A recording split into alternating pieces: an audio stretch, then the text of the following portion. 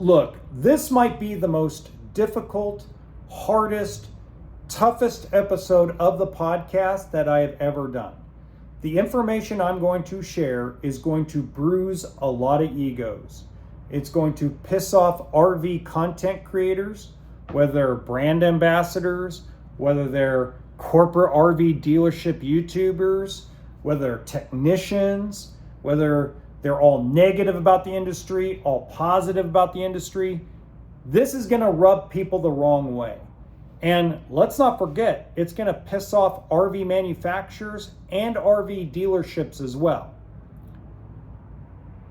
But at the same time, you need this information because there's too much fake crap all over the internet when, let's face it, the math doesn't lie. Welcome to HB RV Lifestyle, the podcast. I'm the host, John Livingston, and I also want to mention that there are consumers out there that are extremely biased that will completely disagree with everything I'm going to say. Now, I took a little over 9 days to compile this information, and I had to pay for it. So if you want the data yourself, don't take this the wrong way, but spend your own hard-earned money and do the research yourself. Because in reality, especially if you're an RV manufacturer or RV dealership, you should have already done this research. Let's face it, you should have already done this. Now, when you go to RV shows, you go to any kind of outdoor event and you fill out any information, or you get into a contest or a drawing, or you do some kind of thing with a website where you're buying parts for a DIY project, they generally send you a survey. Now, from what I was told over the phone about these 3 surveys that I purchased and got data on, there was over 10 million surveys sent out, and a little over 3.5 million people actually responded to these surveys. Big number. Okay.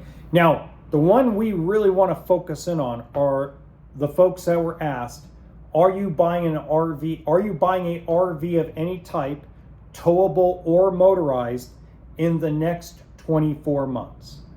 Out of 3.5, or I should say a little over 3.5 million people that responded to the survey, 2.1 million, actually a little less than 2.1 million, said they were planning on making a purchase within 24 months. Now, how many of those people actually buy? 600,000? 700,000? I mean, it's not going to be, everybody took this survey that said they were buying in the next 24 months, doesn't actually follow through and do it. And there's a lot of reasons why. Things come up in life. You know, I know it because I've been there, right? At the same time, we also have to understand that these surveys were taken in March and April, right as the Iran war and the gas prices spiked up. So this information includes all of that. So that way everybody understands that these already had the increased gas prices and the scare of a full-fledged war with Iran. So this is very valid, accurate information that should wake people up. Okay? Now, we're going to focus in only on the questions about next 24 months. We're not going to go through all the ones that are doing in 5 years, because who knows what happens in 5 years, okay? Things will change. All right. The first question, I'm going to bring out my notes and my highlights here. Okay, the first question I want to focus in on, which is highly important. When making a purchase, now I'm going to condense the question down, okay, and I'm going to simplify the question. When making a purchase of an RV, motorized or towable, in the next 24 months, what is your primary concern? A, price. B, reputation of the manufacturer of the product. 3, the reputation of the seller of the product. 4, overall quality of the product you're purchasing. 5, other, and then it asks you to explain. Now, if most of you are pausing and go, oh yeah, it's quality automatically whether or not buying. Okay. Number one answer was price. A little over 72% of the people that answered the question said price was their number one concern. Just under 20% said reputation of the seller. A little under 2% of respondents said overall quality of the product. So pretty much everybody that gripes and bitches on social media about quality don't represent the super majority of RV buyers over the next 24 months. So everybody that comes in and says, I'm not buying because the quality of the product's horrible. No, you're not buying because you think the prices are too high.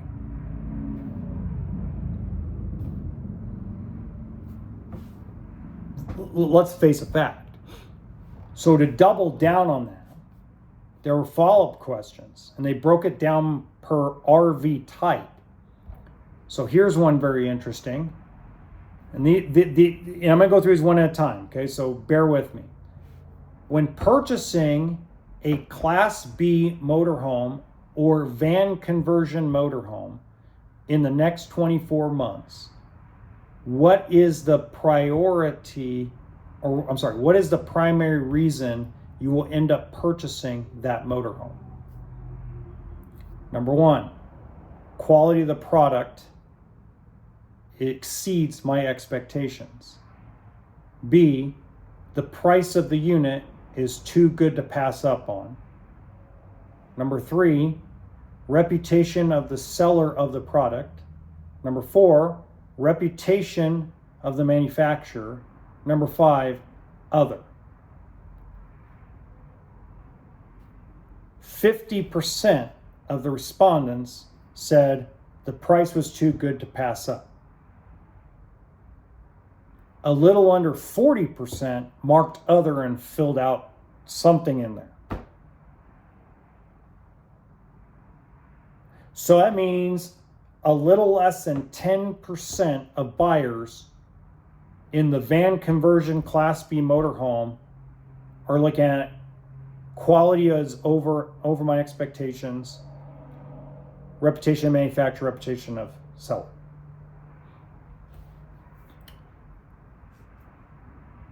When selecting a Class B motorhome or van conversion motorhome in the next 24 months, what price range will you be purchasing at? $0 to $25,000, $25,001 to $50,000, $50,001 to $75,000, $75,001 to $100,000, $100,000 plus.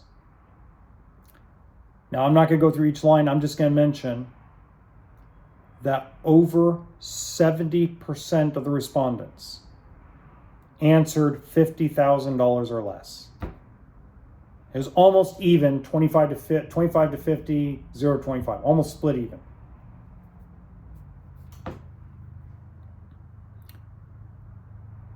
A little over 1% said over $100,000.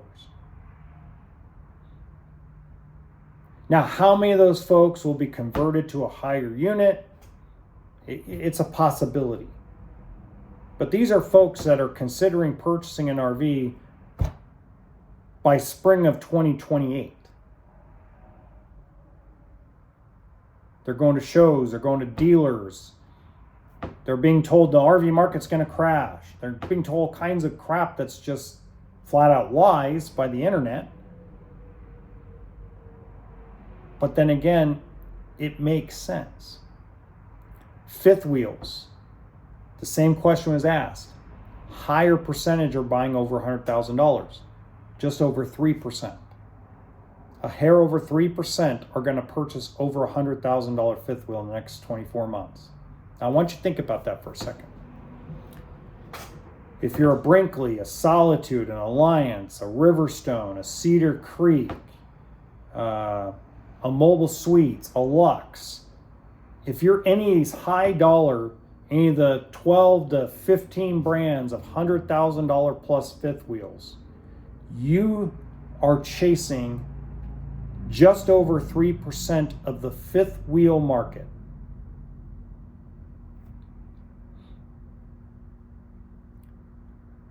Over 71% of respondents on fifth wheels said $25,000 or less.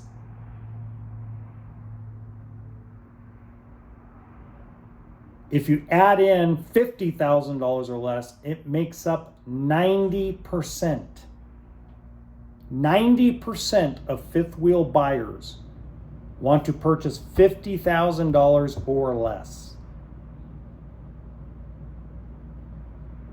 So that means if you are priced at basically over 50 grand, you're chasing 10% of the fifth wheel market.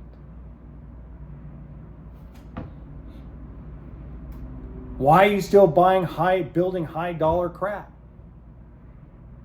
Not literally, metaphorically, but why are you buying all this high dollar stuff or building all high dollar stuff to capture 1 out of 10 fifth wheel buyers? That doesn't sound like a pretty good batting average to me. Travel trailers, it was almost 90%, $25,000 or less. So if you're priced over 25 grand, you're chasing 10% of the market.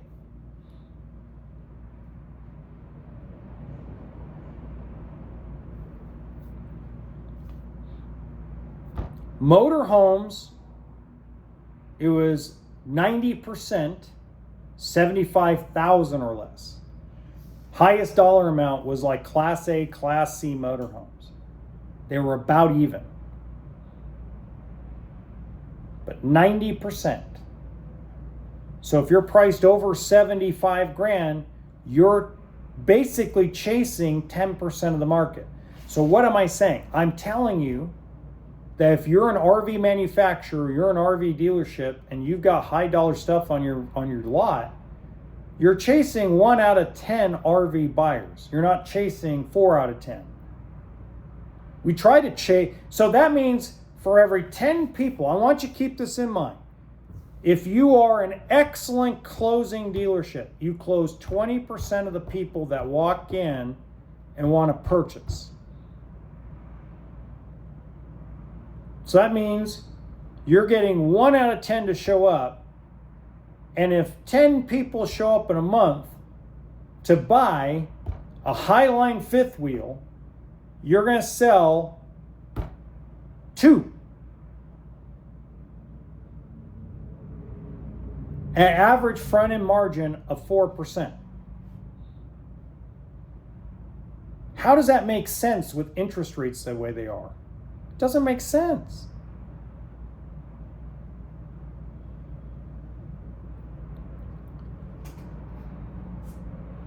This was the most interesting question that I read.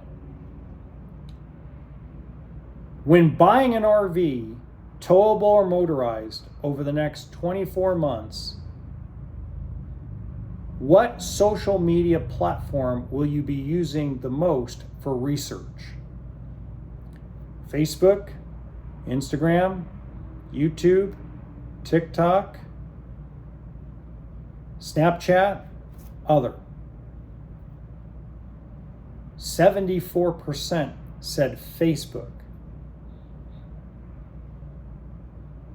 Facebook.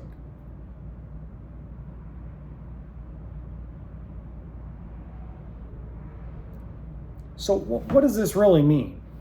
Now, I will do a live stream at some point at the end of June and be more detailed about every single question, because I don't want to bore everybody to death. I'm trying to keep this under 20 minutes. But let's recap for a minute. If you're a travel trailer manufacturer and the majority of your manufactured trailers are over 20 grand dealer cost, including shipping, you're chasing 10% of the market.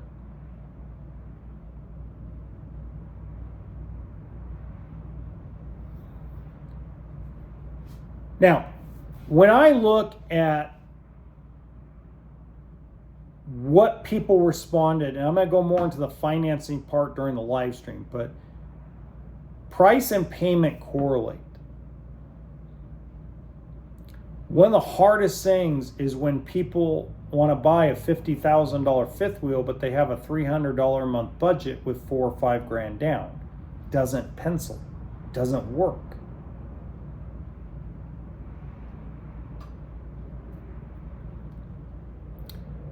So we're chasing the wrong, how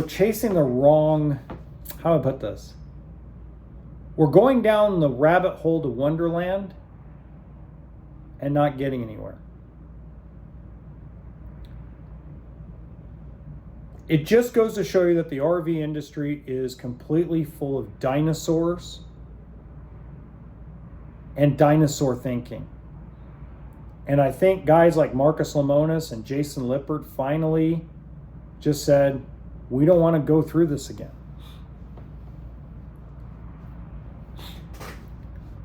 So I want to mention something. I mentioned this about a week ago, but I never really got into detail. And that is this. The consumer really sets the price when it comes to new. And let me tell you how that works. So I have Palomino 750 truck campers. Because of fuel prices, they charged us $2,000 more in shipping. So we raised the price $2,000. So instead of being like 26 grand, it was 28 grand. Didn't sell one. As soon as we lowered them back down to 26 grand, bang, bang, bang, bang. And no offense to Palomino, but I can't keep a dealership's doors open on a $450 profit margin before expenses. Can't do it.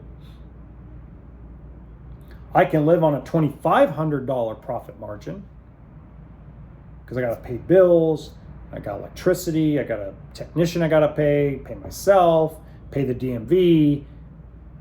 I mean, there's all kinds of expenses. If I netted $300 to $500 off a Palomino truck camper, I'm good. I can work with that. But the consumer set the price. They're only willing to pay 26 grand. And I don't blame them. It's a $26,000 retail camper. It's not a $30,000 camper. It's been proven over and over again. So I think the RV manufacturers need to wake the fuck up and realize they're living in la la land. Until next time, remember, RV always stands for toolkit and sense of humor.